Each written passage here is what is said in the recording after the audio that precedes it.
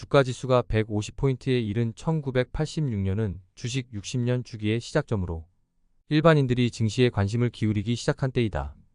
1989년 1015포인트까지 급등한 주가지수는 삼고불황의 영향으로 추락하다.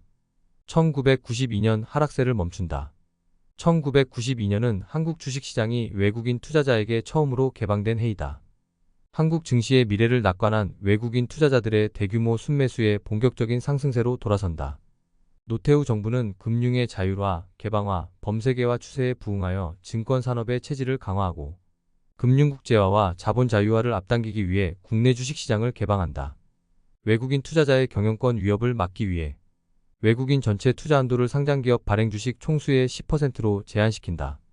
공익 목적의 사업이나 산업 정책상 일정 기간 동안 보호가 필요한 업종 등에 대하여 투자 한도를 기본 한도보다 낮은 8%로 제약한다.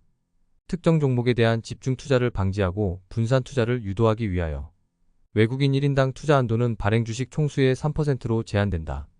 엄격한 규제에도 불구하고 외국인 투자자의 순매수 규모는 1.5조 원에 달하고 지분율은 4.9%까지 상승한다. 1993년에는 순매수 규모가 4.3조 원까지 확대되고 지분율은 9.8%까지 이르며 한국 증시 상승을 이끈다. 미일 1차 반도체 전쟁이 끝나자 일본 반도체 기업의 성장이 둔화되고 그 틈을 타 한국과 대만이 중요한 플레이어로 급부상한다. 다양한 반도체 기술 혁신과 국가 간 경쟁 구도의 변화를 거치며 2020년까지 미중 2차 반도체 전쟁의 준비기에 들어선다. 반도체 기술의 급속한 혁신으로 한국과 대만의 반도체 기업들이 글로벌 시장에 진출하며 시스템 반도체의 중요성이 부각된다. 매년 50% 이상의 성장을 달성하며 쾌조의 성과를 기록한 한국의 반도체 기업들은 미래를 낙관하여 대규모 투자를 감행한다. 삼성전자와 SK하이닉스와 같은 기업들은 D램과 낸드 플래시 메모리 등의 제품을 자체적으로 설계하고 자사의 제조 설비에서 내놓는다.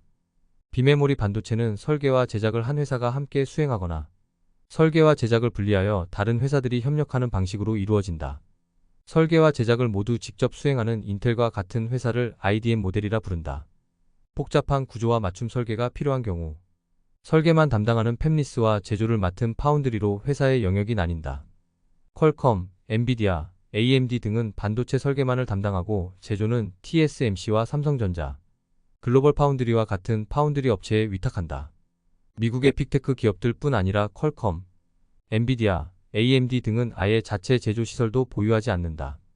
일본의 빈자리를 한국의 메모리 반도체와 대만의 파운드리 기업들이 양분하여 지배하기 시작하고 중국까지 가세하는 가운데 한국의 반도체 기업들은 1995년 위기를 맞는다. 인플레이션 압력이 커지기 시작하자 앨런 그린스펀 연준 의장은 1993년 말 3%였던 정책 금리를 1995년 5월 6%까지 인상한다.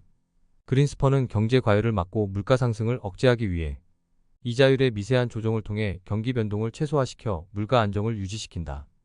그린스펀의 목표는 인플레이션을 억제하면서 지속적인 성장을 유지할 수 있도록 조정하는 것이다. 금리 인상으로 기업들이 설비 투자와 연구 개발 등 자본 지출을 줄이자 반도체 수요가 갑자기 얼어붙는다. 다양한 산업의 기술 혁신과 제조 과정에서 중요한 요소인 반도체의 투자 감소는 전반적인 경제 둔화와 맞물린다. 게다가 소비자들의 지출 감소로 전자제품의 수요가 감소하자 기업들의 반도체 주문이 급감한다.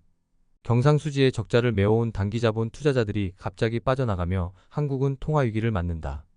1992년 증시 개방과 1995년 반도체 수요 급감은 1997년 외환위기를 예고한다.